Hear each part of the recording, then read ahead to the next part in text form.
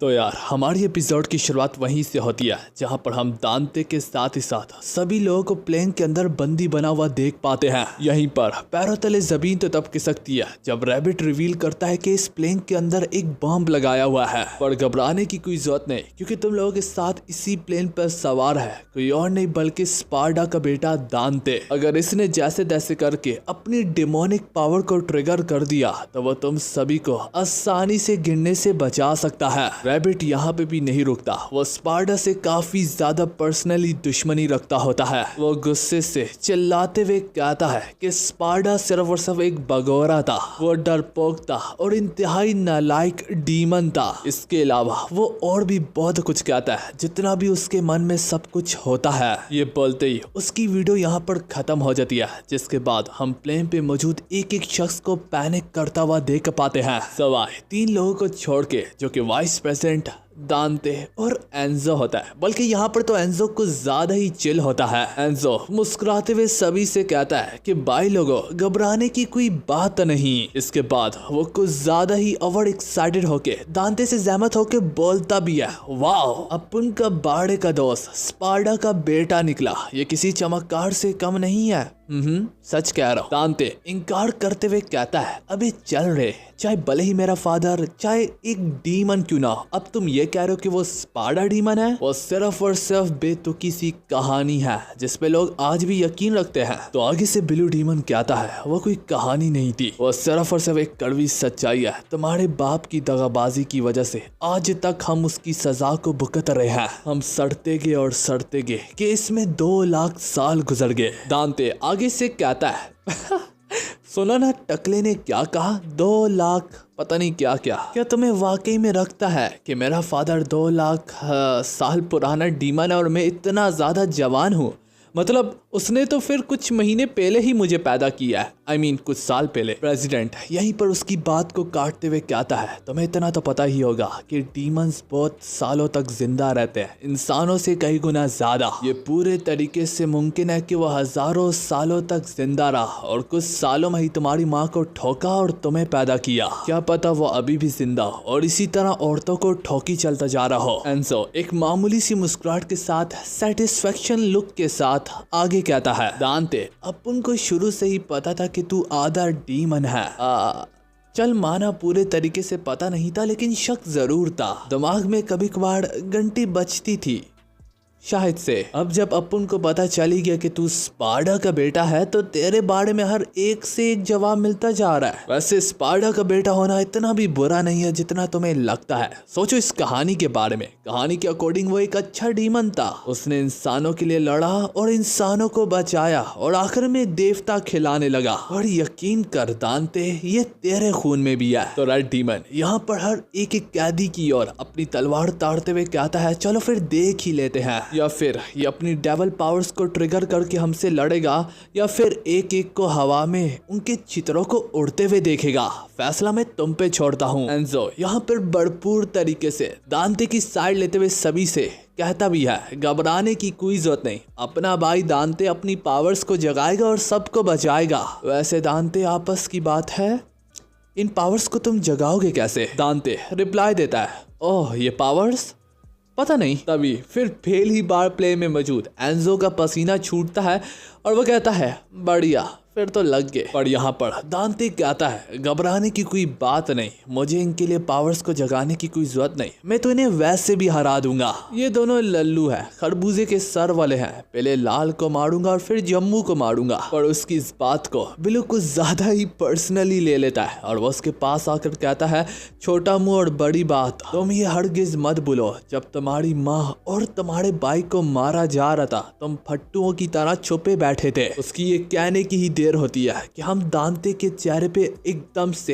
Expression को change होता हुआ देखते हैं। तो आगे से लाल खरबूजा कहता है कि हाँ तुमने ठीक कहा, रैबिट को इसके खानदान के बारे में सब कुछ पता है। रैबिट ने ही तो इन्हें बताया होता है। जब वो मारे जा रहे थे इसकी नजरों के सामने ये चूहा अपनी बिल में छुपा बैठा था। वो ये जैसे तैसे बोल रहे होते, हम दांते के चेहरे पे वो हैरानगी सी देख पाते हैं कि उसे अचानक से वो लम्हा याद आता है जहाँ पर हम देख पाते हैं दांते कैसे एक क्लोजेट के अंदर छुपा होता है। चारों ओर घर की आग लगी होती है। इस वक्त दांते बढ़ बढ़ के सांसें ले रहा होता है और शायद से अगर तुम लोग इसके मुंह की तरफ ध्यान दो तो मेरे ख्याल से उसकी माँ या फिर उसके भाई का खून उसके मुंह पे लगा होता है। तो दोस्तों आखिर इसका क्या मतलब है? इसका ये मतलब है कि चाहे उसकी नजरों के सामने उसकी माँ और उसके भाई को मार दिया गया और वो खून की छींटें उड़ के उसके मुंह पे गिरी, उनकी मदद करने के बजाय दांते ने कुछ नहीं किया, बल्कि इसके बजाय उसने छुपने की जगह ढूंढी और उस क्लोजेट में खुद को बंद कर दिया। तो हाँ यार, यकीन करो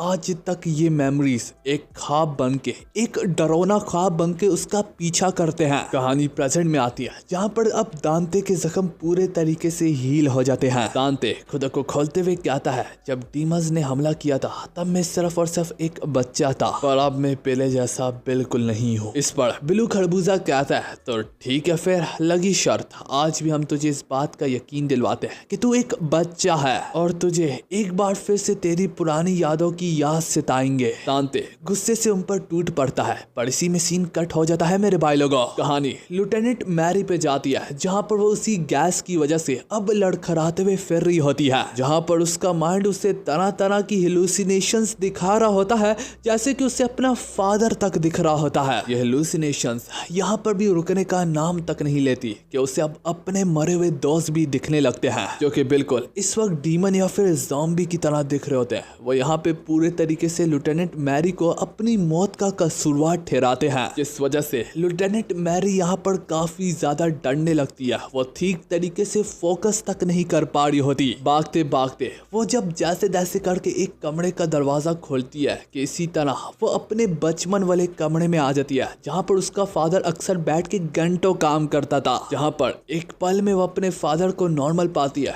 कि दूसरे ही पल में उसका फादर का मुंह पूरे तरीके से बिगड़ने लगता है। याद रखो दोस्तों, ये लिeutenant मैरी की बचपन की यादें हैं, जिन्हें यहाँ पर थोड़ा बहुत मैनिपुलेट किया जा रहा है उस गैस के थ्रू। उसका फादर मजीद कहता है, देखो मैरी, तुमने आखिर क्या किया? मेरी मौत की जिम्मेदार खाली तुम ही हो। डर के मारे जब वो गलती से कच्ची जमीन पे पैर रख डालती है तो वो सीधा ऊपर वाले फ्लोर से सेकंड फ्लोर पे गिरती है, जिसके बाद यहाँ पर उसका सामना जिंजा से होता है। वो यहाँ पर ठीक तरीके से देख नहीं पा रही होती, तो वो जिंजा के खिलाफ इंगेज नहीं करती, बल्कि इसके बजाय वो यहाँ से भागते भागते एक दरवाजे के सामने आती है। जब वो उसे खोलती है तो अंदर एक अनजान किस्म की फैमिली होती है, जिससे रैबिट ने बंदी बना रखा होता है। वो यहाँ से लिeutenant मैरी को जाने के लिए कहती है, लेकिन लिeutenant उनकी मिन्नत समाजत करने लगती है कि मेरे बाकी साथी मारे गए, वो जल्द मुझे भी मार डालेंगे, जिस वजह से वो लिeutenant मैरी को अपने कमरे के अंदर ही छुपा देते हैं। थोड़ी देर में यहाँ पर जिंजा भी आता है। वो आसपास तोड़फोड़ करता है, लेकिन लिeutenant मैरी नहीं निकलती। लकीली वो स्टील के कबर्ड के अंदर झांक के नहीं देखता, बल्कि इसके बजाय वो यहाँ से जाने लगता है, ये सोच के कि ये फैमिली तो ऑलरेडी रैबिट की बंदी है। वो कभी भी नहीं चाहेंगे कि वो लिeutenant मैरी को यहाँ पर पनाह दे। वो फैमिली भी अपनी कैप को उतारते हुए कहती है कि हाँ ये सच है, यहाँ पर लिeutenant मैरी नहीं आई थी।